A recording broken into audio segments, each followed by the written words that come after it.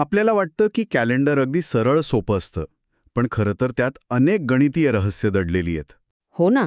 आज आपण त्यापैकीच एक उलगडणार आहोत. म्हणजे विचार करा, कोणतीही तारीख अगदी 100-200 वर्षापूर्वीची आणि काही सेकंदात त्या दिवशी कोणता वार होता हे सांगता येईल. ही एक प्रकारची काय म्हणतात त्याला गणितीय जादूच आहे. अगदी. आणि ही जादू करण्यासाठी काही मोठं उपकरण लागत नाही, फक्त 5 सोपे घटक लागतात. फक्त 5? हो. आपल्याला फक्त तारीख, महिन्याचा एक विशिष्ट कोड, शतकाचा कोड, वर्षाचे शेवटचे 2 अंक आणि त्या वर्षांपर्यंत झालेली लीप वर्ष. बस. एक मिनिट. हे कोड्स म्हणजे महिन्यांचे कोड्स 033 असे आहेत. हे कुठून आले? हे फक्त लक्षात ठेवायचे का? खूप चांगला प्रश्न आहे. नाही, हे काही जादू नाहीये. यामागे मॉड्युलर अॅरिथमॅटिक नावाची एक गणितीय संकल्पना आहे. अच्छा. सोप्या भाषेत सांगायचं तर प्रत्येक महिन्यात जे अतिरिक्त दिवस असतात ना, त्यांना 7ने भागल्यावर जी बाकी उरते त्यावरून हे कोड तयार होतात. ओके. उदाहरणार्थ? जसं की जानेवारीत 31 दिवस असतात, म्हणजे 4 आठवडे आणि वर 3 दिवस. बरोबर. त्यामुळे फेब्रुवारी महिना 3 दिवसांनी पुढे सुरू होतो. तोच 3 हा फेब्रुवारीचा कोड आहे. वा. म्हणजे यामागे एक पक्क गणित आहे. आणि शतकांच्या कोडचं पण असंच काही आहे का? म्हणजे 1900 साठी 0 आणि 2000 साठी 6? अगदी तसंच. ग्रेगोरियन कॅलेंडरमुळे प्रत्येक शतकात लीप वर्षांची संख्या बदलते. जसं 1900 हे लीप वर्ष नव्हतं, पण 2000 होतं. हो. हाच फरक शतकाच्या सुरुवातीच्या वारावर परिणाम करतो. तेच हे कोड्स दाखवतात. चला एक उदाहरण घेऊया, म्हणजे लगेच कळेल. हो, घेऊया. समजा तारीख आहे 23 डिसेंबर 2014. ठीक आहे.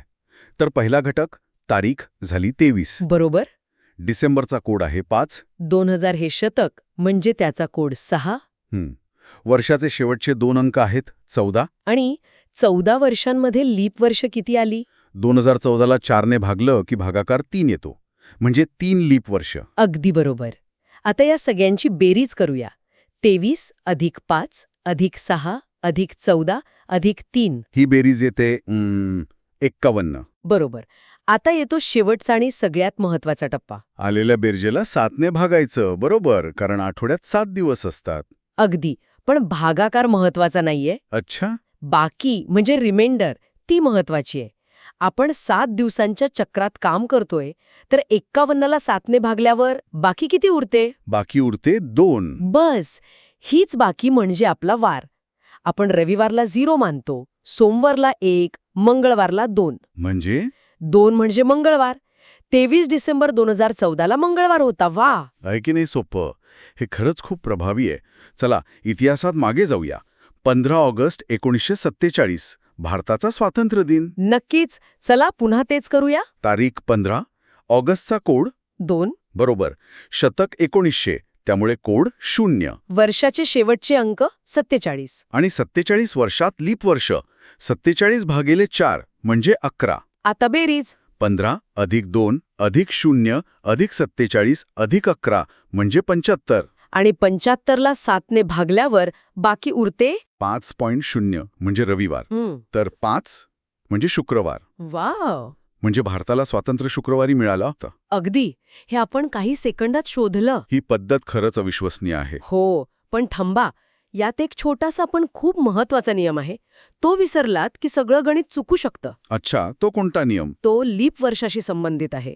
जर दिलेली तारीख लीप वर्षातली असेल, म्हणजे ज्या वर्षाला 4ने पूर्ण भाग जातो, आणि महिना जानेवारी किंवा फेब्रुवारी असेल, तर आलेल्या एकूण बेरजेतून 1 वजा करावा लागतो. असं का? कारण त्या वर्षातला जो अतिरिक्त दिवस असतो 29 फेब्रुवारी, तो अजून आलेला नसतो. म्हणून फक्त पहिल्या 2 महिन्यांवर त्याचा परिणाम होतो. अच्छा. ही एक अट लक्षात ठेवली की उत्तर कधीच चुकणार नाही. बरोबर. म्हणजे काही कोड आणि एक साधं सूत्र वापरून कोणीही कॅलेंडरमधलं कोणतंही कोड सोडू शकतं. बेरीज करा, 7ने भागा आणि बाकीवरून वार ओळखा. अगदी. हे फक्त एक गणिती सूत्र नाहीये, तर कॅलेंडरच्या रचनेमागचं तर्क समजून घेण्याचा एक मार्ग आहे. खरंय. या चर्चेतून एक विचार मनात येतो. ज्याप्रमाणे या कोड्स आणि सूत्रांनी हे किचकट वाटणारं काम सोपं केलं, त्याचप्रमाणे आपल्या आयुष्यातली इतर क्लिष्ट दिसणारी आव्हानं किंवा समस्या अशाच काही मूलभूत सूत्रांनी सोप्या करता येऊ शकतील का?